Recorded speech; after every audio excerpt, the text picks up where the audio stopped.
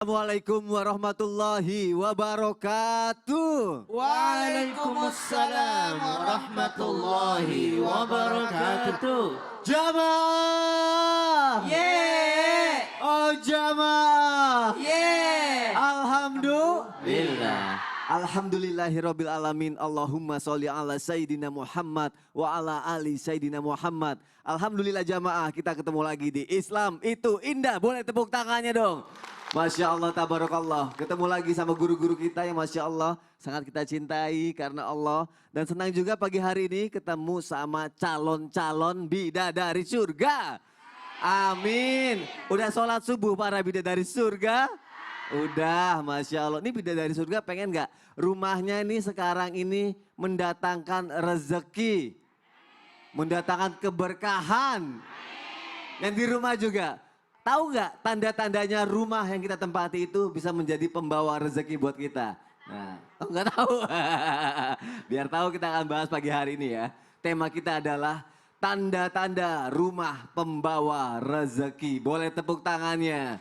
Semoga setelah ini rezekinya datang insya Allah ya, amin. Amin. Ada tayangan nih. Kondisi rumah berantakan dan kotor. Waduh, kita lihat tayangannya, silakan. Guys, ada kejadian di kosan gue, orangnya udah pindah, udah pergi, nggak tahu, nggak konfirmasi apa-apa. Terus kondisi kamar pas dibuka kayak begini. Ih, gue kira cuma ada di. Ya Allah, itu kok isinya sampah semua, nggak ada orang, udah lama mungkin. Ada memang penyakit seperti itu. Ada ya? Mungkin ada. Tapi kita akan bahas mengenai rumah yang membawa rezeki, Ustadz. Ya, Pengen tahu langsung aja nih, tanda-tandanya apa sih rumah yang mendatangkan keberkahan dan membawa rezeki? Silakan Ustadz Maulana. makasih banyak Mas Oni yang rumahnya rapi dan bersih. Amin. Suka ke rumahnya. Masya Allah. Kami yang juga bersih rumahnya. Habib, aku belum pernah ke rumah Habib loh. Bismillahirrahmanirrahim. Assalamualaikum warahmatullahi wabarakatuh. Salam Warahmatullahi wabarakatuh. Jamaah. Yeah. Oh jamaah. Yeah. Alhamdulillah. Lillah. Alhamdulillahirrabbilalamin. Allahumma salli ala sayyidina Muhammad wa ala sayyidina Muhammad.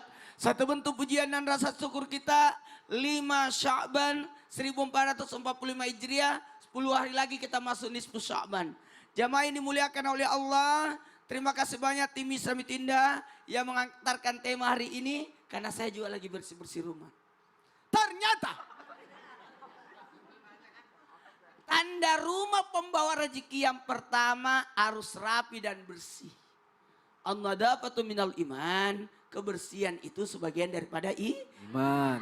rumah yang pembawa rezeki, rumah yang jauh dari kotoran, bau dan najis. Jangan sampai rumahnya satu, bau. Itu malaikat tidak ada yang datang. Harusnya harum. Ya makanya biasanya kita pakaikan pengharum ruangan dan sebagainya. Bahkan kita bugul ya? Apa? Buhar. Bogor ya. Kalau bakar apa kan namanya? Gaharu. Gaharu. Bagus. Kenapa? Bau. Harum.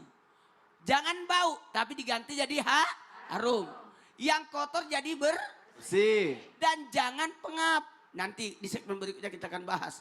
Yang jelas rumah yang datang rezekinya adalah rumah yang harum, tidak bau. Rumah yang bersih, tidak kotor. Dan rumah yang terhindar dari najis. Nah makanya kalau mau rumahnya bagus rezekinya, usahakan bersih, teratur.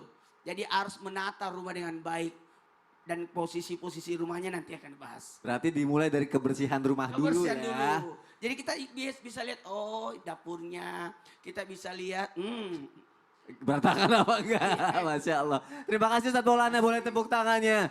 Berarti kalau Sony sampai ke kamar-kamarnya saya datang. berarti kita jaga kebersihan rumah kita dulu ya. Iya. Bikin wangi. Pakai apa tadi? Gapura apa tadi?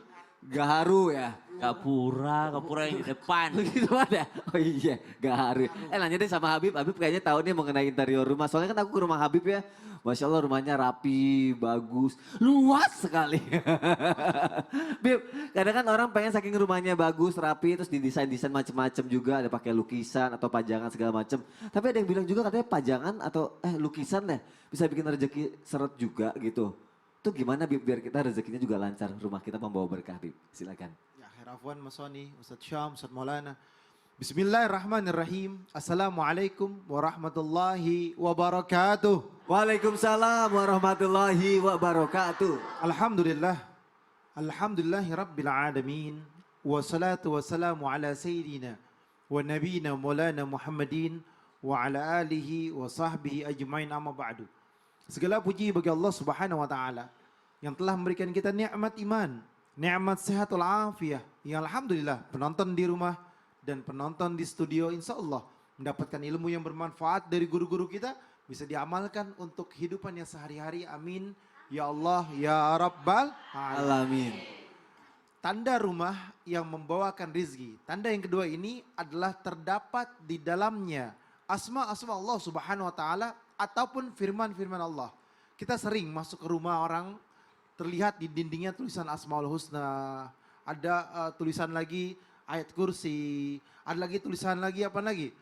Ayat-ayat Al-Quran. Ketika di dalam rumahnya ada ayat kursi, ayat Al-Quran, jangan bukan menjadi sebuah pajangan. Tapi jadikanlah ayat-ayat Al-Quran tersebut ada di dalam hatinya, ada dalam pikirannya, ada dalam tubuhnya.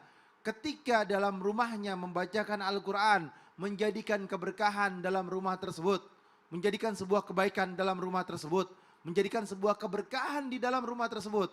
Dan ketika dalam rumah tersebut ada patungnya, ada benda-benda yang maknanya lukisan yang menyerupai manusia dan lain sebagainya, maka di dalamnya tidak memiliki sebuah keberkahan dan jauhlah rizki tersebut. Malaikat Mikail atau malaikat pembawa rizki tidak akan masuk dalam rumah tersebut karena rumah tersebut ada patung dan lain sebagainya yang dilarang oleh syariat agama. Oleh karena itu, ketika mau mendapatkan rumah yang baik, rumah yang berkah, yang dalamnya mendatangkan sebuah rizki dari Allah Subhanahu wa taala. Tanda rumah kedua ini terdapat daripada asma-asma Allah yang di dalamnya penuh dengan apa? Dengan niat apa yang ada di dinding dan apa yang tertulis ada di dalam hatinya dan diamalkan dalam kehidupannya sehari-hari. Bukan hanya sebagai sebuah pajangan. Banyak zaman sekarang atau akhir zaman yang dimana Al-Quran menjadi sebuah pajangan. Al-Quran ada di teras lemari. Lebih banyak megang handphone daripada megang Al-Quran. Bagaimana mau berkah dalam rumah tersebut? Tidak ada zikir-zikiran dalam rumah tersebut. Tidak ada zikir petang, tidak ada zikir sore. Tidak ada di dalamnya habis sholat dia ibadah kepada Allah, yakni berzikir kepada Allah. Nggak ada nih. Udah zaman sekarang, udah zaman susah. Bis maghrib nggak ada yang baca Quran. Aduh, nauzubillah min dzalik. Ya Berarti Allah. kadang juga jangan cuma dijadiin pajangan tapi hadirkan dalam hati aja gitu ya, Bib. Jangan boleh Ya. pengingat. Oh, saya mau tidur, baca ayat kursi. Oh, saya mau berangkat pergi. Oh, baca ayat Al-Quran yang lainnya. Ada pengingatnya. Terima kasih Habib untuk penjelasannya. Tepuk tangan untuk guru-guru kita. Apalagi jangan sampai kalau dijadiin cuma buat penangkal-penangkal. Aduh, nauzubillah min dzalik. Lanjut. Mau rumahnya ada rezeki yang berlebih lagi? Coba kita tanya sama Ustadz Syam. Apalagi tanda-tandanya rumah bisa membawa rezeki? Katanya sih mudah, tapi Mudah. banyak yang iya. Oke. Tapi banyak yang sulit melakukannya. Baik, Apa itu, bismillahirrahmanirrahim. Tabe guru Ustaz Maulana, Habib Usman, Mas Soni, jamaah di studio, jamaah di rumah. Al-Quran surah Ar-Ra'd ayat 28. A'udzu billahi minasy syaithanir rajim.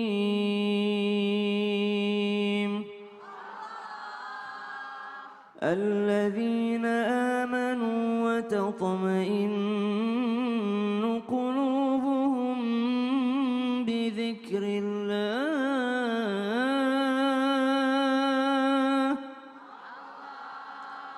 ألا بذكر الله تطمئن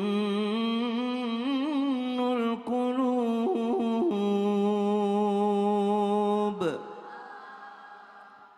Kadangkala kita hanya memikirkan bahwa rezeki itu adalah uang yang banyak, materi yang banyak. Padahal salah satu rezeki terbesar hidup di dunia ini adalah ketenangan.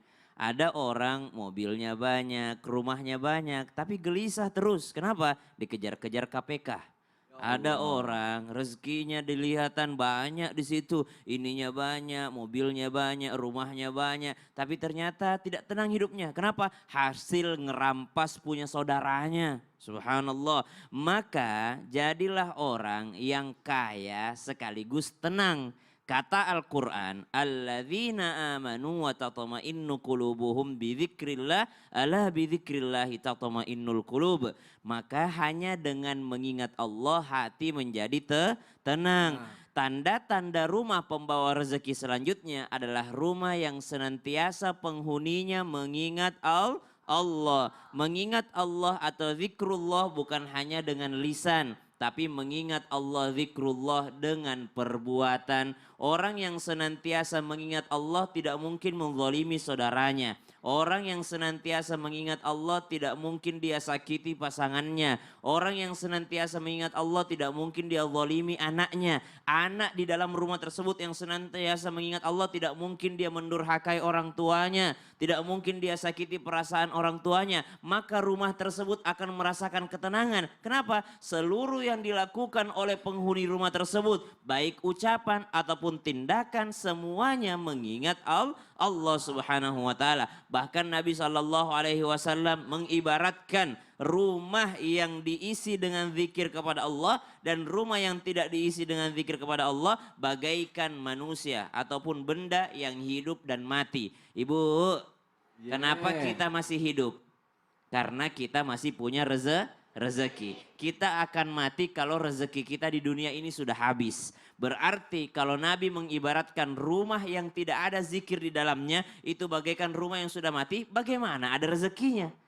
Itu kan rumahnya sudah mati. Sedangkan yang ada rezekinya adalah yang hidup saja. Yang sudah mati berarti sudah habis rezekinya. Kecuali orang yang mati di jalan Allah. Wala tahsabanna alladhina qutilu fi sabilillah maut bal ahya'un 'inda rabbihim yurzaqun. Orang yang mati di jihad fisabilillah itu hidup terus, bahkan ada rezekinya. Tapi kalau rumah sudah mati berarti tidak ada rezekinya. Yang mana rumah yang hidup? Rumah yang diisi zikrullah, mengingat Allah. Minimal zikir yang sederhana, subhanallah, alhamdulillah, Allahu akbar. Masuk rumah salam, keluar rumah baca doa. Itu zikir. Berarti tidak hanya soal uang, tapi ketenangan dan anak yang soleh juga rezeki yang Wih, dikasih rezeki ya. banget, Masya Masya Allah. Allah. Tenang, setiap pulang nyaman tuh rezeki banget. Terima kasih Ustaz Syam Ya, untuk sama-sama, penjelasannya. Sony. Tepuk tangan lagi untuk guru-guru kita. Nanti yang datang ke studio aku kasih kesempatan untuk bertanya ya. Tapi sekarang aku bacain dulu nih pertanyaan dari jamaah yang ada di rumah nih.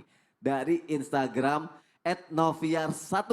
Assalamualaikum Ustadz, saya mau tanya, dekat rumah saya ada anak kedapatan berzina. Dan di saat itu jualan saya macet. Apa kena dampak gara-gara perbuatan mereka Ustadz? Kata orang 40 deretan rumah kiri kanan kena sial. Tolong pencerahannya Ustadz, terima kasih katanya. Mau tahu? Mau tahu? Ustadz datangnya diam-diam. Apakah rumah yang berbuat dosa Ya. sekelilingnya juga dapat? Iya. Ketahuilah Heeh. ada namanya murka Allah. Aduh. Kalau Allah murka jadi hati-hati. Jangan sampai tidak peduli. Ah. Karena kalau azab Allah turun bukan saja satu yang dikenal tapi sekelilingnya. Kalau gitu jangan kemana-mana, tetap di Islam itu indah. Jamaah, oh jamaah. Alhamdulillah. Lillah. Oh gitu.